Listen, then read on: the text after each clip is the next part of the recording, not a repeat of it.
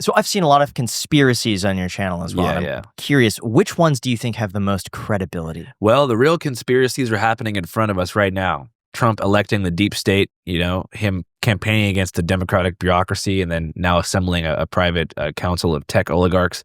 The late 60s, COINTELPRO, the FBI, systematically infiltrating and discrediting all leftist and workers' mobilizations. That shit's real. Okay, so what do you think he's doing with like Jeff Bezos, Elon, and Mark? Creating a monopoly on information, and social media. And what's the benefit for them? For them, yeah, they get to be, in good graces of the president, tax breaks, stuff like that. And what do you think the outcome is going to be from something like that? Just a pro-Trump reality, marginalization of people who are against Trump. But of course, it's all about making sure people are as poor as possible in general. So that's kind of And what does that do if people are as poor as possible? It allows the profit yields to be higher for the people who are, busting unions and making sure that the minimum wage stays low. So do you tend, because I don't know necessarily about like Bezos and Zuckerberg and stuff like that, but when I see Elon, or at least when I saw him in the past, obviously recently, he's definitely gone a lot more political and opinionated. But in the past, I tend to believe he was a good faith individual trying to and not saying what I believe or don't believe now, but what do you think about like his past versus his current I thought status? He was tight back in the day. I was like, going to Mars, the idea of an electric car, that's great. What I thought. You know what I mean? But now, I don't fuck with him at all. I mean, I'm not even that against Trump. I just don't like Elon Musk. And he's not even from here. That's the biggest problem. Why is that a big problem? Because he's from South Africa and he's coming here and complaining about immigrants. He's got all this shit to say,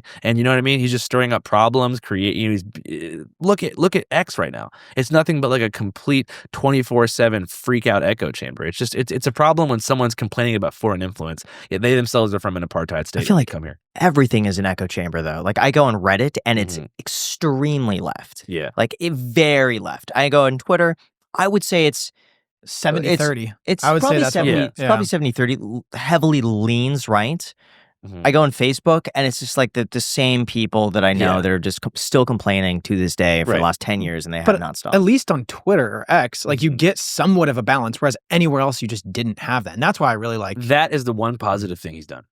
And community notes. I like community notes. I didn't even know about that. I'll look into it. I mean, it's just I have a gut reaction to a lot of the people he follows and reposts, provocateurs from the Pacific Northwest, like Jonathan Cho, Andy No, just people like that who are literally like their whole platform is based upon like compiling footage of like migrant crime and like videos of like black dudes like punching old ladies in the face and like posting them every single day to make people think that there's some kind of like, extreme crime wave happening and just create moral panic and outrage. I see things like during the inauguration, how when Trump was like talking about, oh yeah, we're going to end up going to Mars, and you see Elon and he has like genuine excitement. So I do believe that he's a good faith individual insofar as like he wants to do the things that he claims he wants to do. Definitely. And he's going to advance, right-wing causes across the world. I mean, the problem really is if you look at Jeff Bezos, the real working people's story isn't told about Amazon. Jeff Bezos and Amazon destroyed Seattle, where I grew up. That he convinced the city of Seattle and the state of Washington to give him full tax breaks to basically bulldoze all of Seattle. Capitol Hill, Belltown, Pioneer Square, downtown. Almost all of it was torn down to build Amazon offices and poorly constructed apartment buildings for their workers who have an average stay of 36 months before they get transferred elsewhere. So already there's a problem. During COVID, they figured out they could make just as much money having remote work as the norm. So all these office buildings became vacant. Landlords wouldn't stop building these apartment buildings. The cost of living has remained the same, and the rent costs since pre-pandemic times. The real estate blocks won't budge, and Amazon is almost pulled out of the city entirely. So what we have now is the highest homelessness rate in history, yet almost every Amazon apartment building and office is totally vacant, almost abandoned for sale on the market. Nobody wants to buy.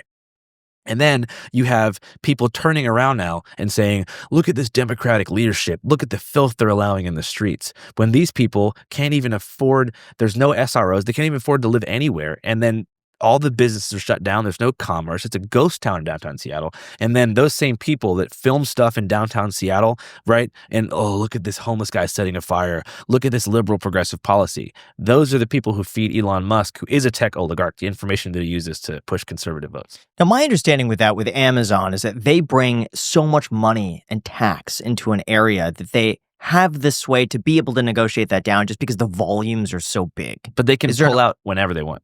And that's what they did with Seattle and San Francisco.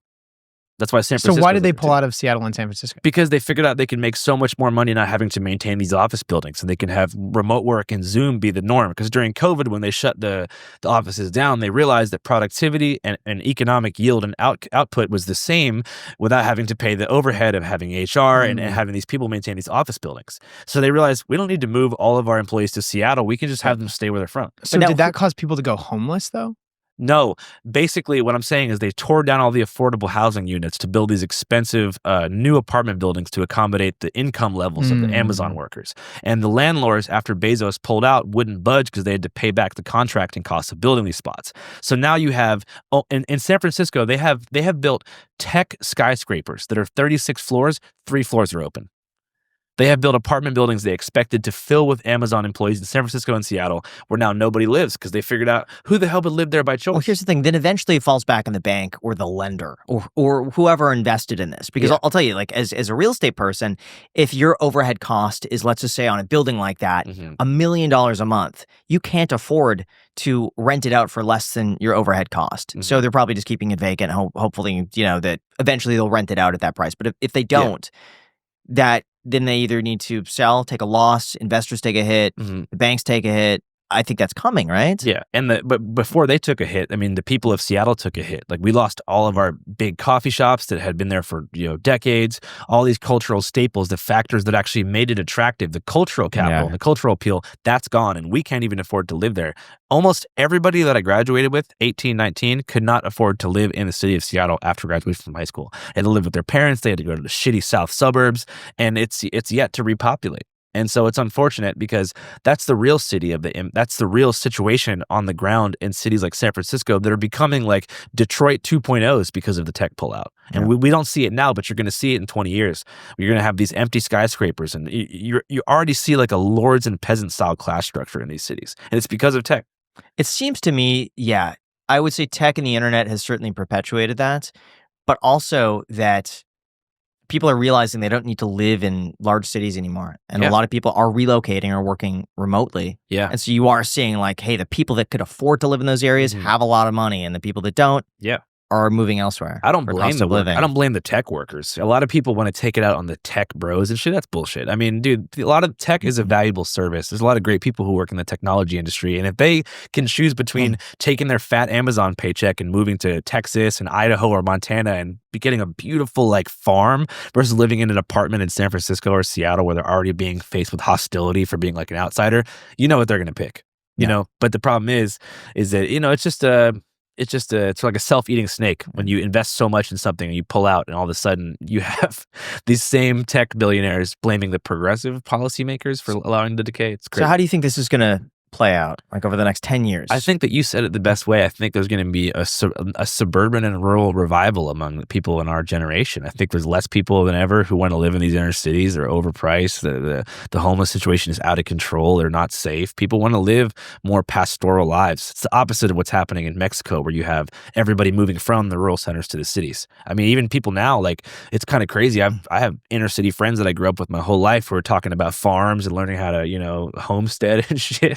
That's the future that people want, because who wants to pay, even if you're even in this area like Venice? It's so expensive. And for what? The city doesn't do anything with the taxes. Yeah, there's something romantic about the idea that you could be completely self-sustained and be off the grid.